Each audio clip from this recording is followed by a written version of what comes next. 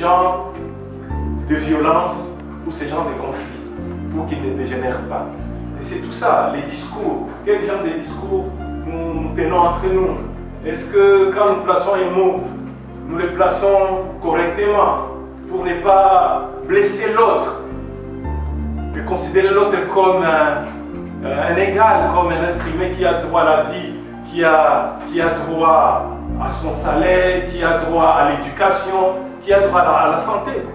Voilà, donc la solution viendra de nous-mêmes.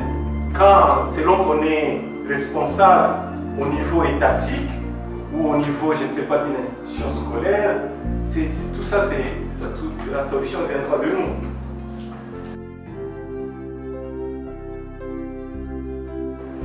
Vous avez constaté que quand j'ai abordé cette question, j'ai évité effectivement d'aller...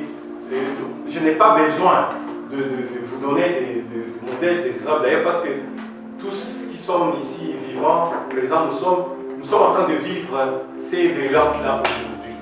Mais j'ai préféré rentrer dans le passé de notre pays pour vous montrer que les violences que nous vivons ne datent pas d'aujourd'hui. Elles ne datent pas d'aujourd'hui, mais est-ce que cela va durer encore combien de temps?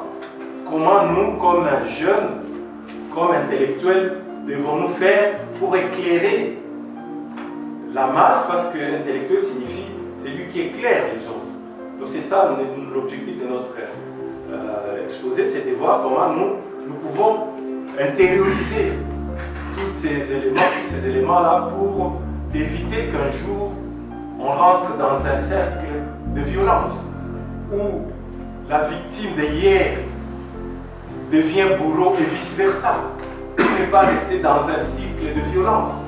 C'est ça. Hier, c'était telle communauté qui était bourreau. Une fois que la situation se normalise, le bourreau devient victime et vice-versa. Et donc, nous devons éviter ce cycle-là de violence et commencer, n'est-ce pas, à nous respecter mutuellement et à contrôler notre langage et nos comportements quand nous adressons à l'autre. Voilà ce que je peux dire par rapport à ces différentes interventions. Merci.